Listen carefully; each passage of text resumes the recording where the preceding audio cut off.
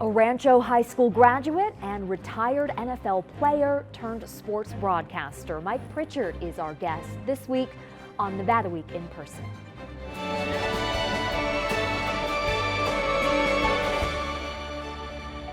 Support for Nevada Week in Person is provided by Senator William H. Hernstat. Welcome to Nevada Week in Person. I'm Amber Renee Dixon. After graduating from Rancho High School in Las Vegas, he attended the University of Colorado, where in 1990 he helped the Buffaloes win their first national championship. Drafted 13th overall by the Atlanta Falcons in 1991, he'd play 9 years in the National Football League before hanging up his cleats and plugging in a microphone. Now a sports broadcaster and football analyst. Mike Pritchard, thank you for joining Nevada Week in Person. Thank you so much for having me. My pleasure, absolutely.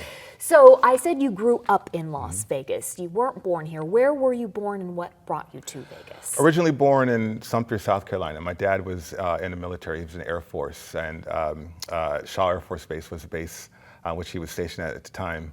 And so that's where I was born. And when I was really young, moved around a little bit, but then he got relocated to Las Vegas, Nellis Air Force Base, and this is where I grew up. So that's why I call Las Vegas home. And when we spoke about your dad, you said, he's my hero. He is, from where he's from, Belzoni, Mississippi, catfish capital of the world, by the way. I never knew that. They got a museum and everything, if you can believe that. But small town in Mississippi in the 40s and the 50s, and you can imagine what that was like.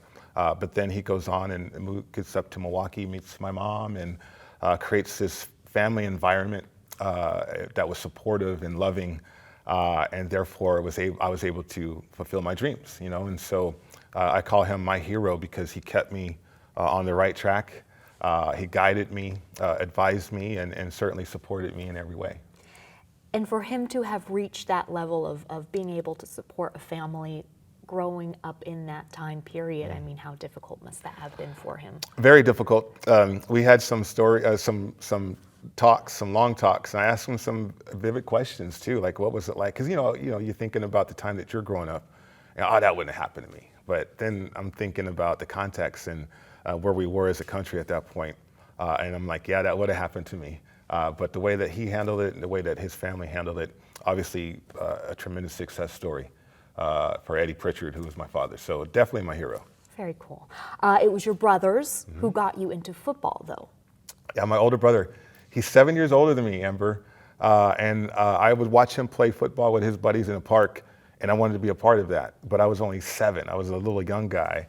And they thought that I couldn't handle the toughness of 14 and 15-year-old kids. So I showed them, though. I went out there and they said, okay, we're not going to take it easy on you. I'm like, don't.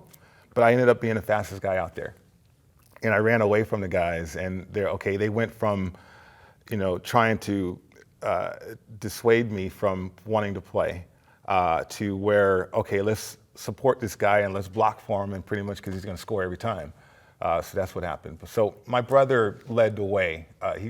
He blazed the trail for me to get into football. And you said dissuade because why would they not want you to play? Because I'm a little guy, they thought I'd get hurt, that kind of thing. And my younger brother, little brother, that kind of, just stay away. And plus, if you're an older brother, I think you're trying to have that status with your buddies and your friends.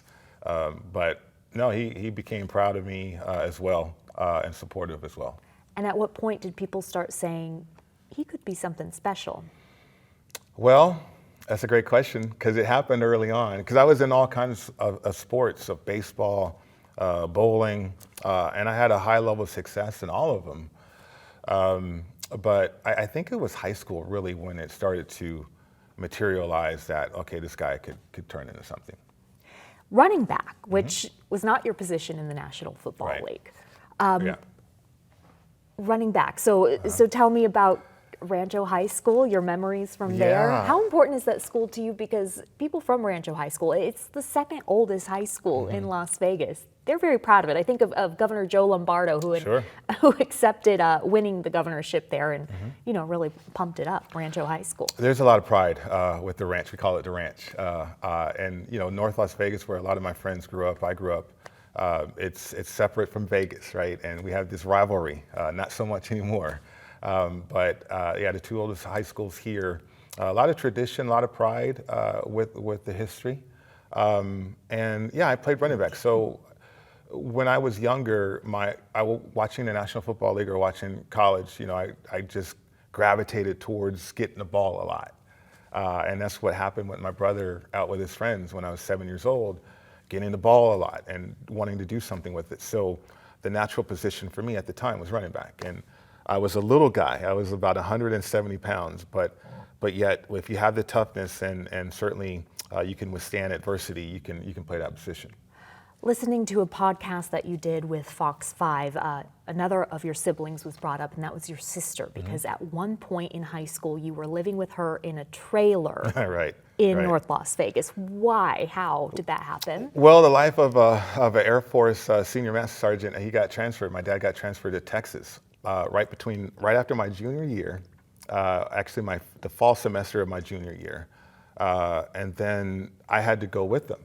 So we went to San Antonio, Texas for my spring semester of my junior season after the football season. And when we got to that school, I went to the head coach and said, look, I play football and I want to go out for the football team. I play running back. And he said, oh, we already got a running back. We don't need another running back. He's all state. He's great. I'm like, well, can I get a chance to beat him out or compete to beat him out? And he's like, no, why don't you move to defensive back? So I panicked and I went home and I said, Dad, I get all these scholarship offers. At that time, I was getting scholarship offers. And what am I going to do with this? Because they want me to change positions from running back to defensive back, and I'm getting recruited as a running back. I said, well, go there and show them all the letters. So Amber, I'm not kidding you. I had a moving box full of letters from all the schools in the country. And I went to Coach Mickler, I'll name him. And I said, look, I'm getting recruited by all these schools for running back. I get all these offers and I need to play running back. And he's like, nope, we got our guy. So then I panicked more, went home and said, look, my sister still lives in Vegas. We'll get an apartment or in a trailer, something that we could afford. And it ended up being a trailer in North Las Vegas. And I played my senior year. I went to Rancho and graduated living in a trailer in North Las Vegas, which I'm not mad at. No? It certainly, what you go through with your older sister, she was 21 at the time, and you're appreciative of the support, like I said, and the trust that my dad and my mom gave us for me to come back and finish school. So out of all those scholarship offers, why Colorado? Well, I fell in love with the school. I fell in love with the players. I fell in love with Coach Mack, Bill McCartney. He was so sincere. And really, Ember, the real reason was we legitimately thought we had a chance to win a national championship because it was Eric Bieniemy, it was Alfred Williams, it was Kenavis McGee, it was George Hemingway, it was all these great players, Darian Hagan eventually, in which we were like, instead of going to all these schools around the country, why don't we come here and win a national championship? And that's what happened. So you all conspired together? We did. So we committed, we were playing dominoes. And we said we're all going to give our verbal commitment, and then we were going to go. So I actually canceled a trip to Washington and UCLA because I was so convicted on that. I wanted to get to Colorado and help that school win a national championship. Which you did.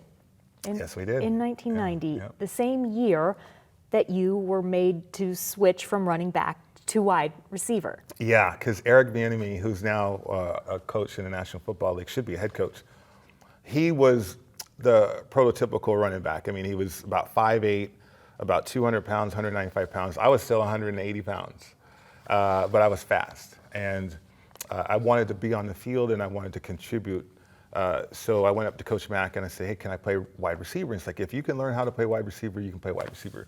So it was your choice. It was my choice. He gave me that opportunity, and I just seeked out so much knowledge. I ran into Cliff Branch because his son, the late great Cliff Branch, his son Brent was going to school with me. And so I tapped into that and I said, look, can I talk to your dad? And he gave me some guidance, and then I watched some tapes from Blockbuster on how to play wide receiver, and the rest is history. Were you concerned that you may not get drafted? Well, switching positions? Yeah, at that time it was all about the national championship, and so I just wanted to help our team win. And I thought if I could be explosive at wide receiver, and if Eric Bieniemy, who was a Heisman Trophy finalist, did his thing, we were going to be pretty powerful, and that's what happened on offense for us. That's such a different mindset than I think a lot of players today who forego playing in some of the bowl games so that they can enter the draft. I know. Times were different back then. It was all about the national championship, and then if you got drafted, okay, that was icing on the cake. Really, my goal wasn't to play in the National Football League, though. Growing up, I knew I wanted to go to college. I was watching Randall Cunningham out here at UNLV, and that inspired me, and I wanted to go to college. I didn't want to get into the military, and so once I got into college, my thoughts and desires shifted towards Wall Street. I wanted to work on Wall Street, right? Because you studied economics at Colorado. Exactly. And so I never thought about playing football in the National Football League. I like to say that my career got in the way of my desires to go to Wall Street or be a part of Wall Street. But you still are involved in finance in a way. I am. I did an internship after college with Colorado National Bank downtown in Colorado with the trust department. Made some great relationships, some great friends, and just wanted to understand, investments, wanted to understand certainly what to do with my money once I got drafted into the National Football League. So it was a continuing education for me.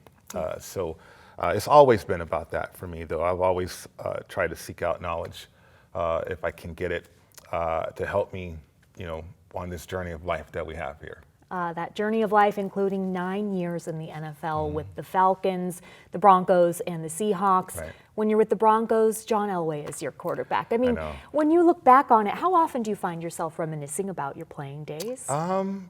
Well, nowadays, not so much, but, the last, 23 years, absolutely a ton. And, I get asked the question, too, what was it like to play with John Elway or Warren Moon and all these great players and Brett Favre? And I'll answer the question.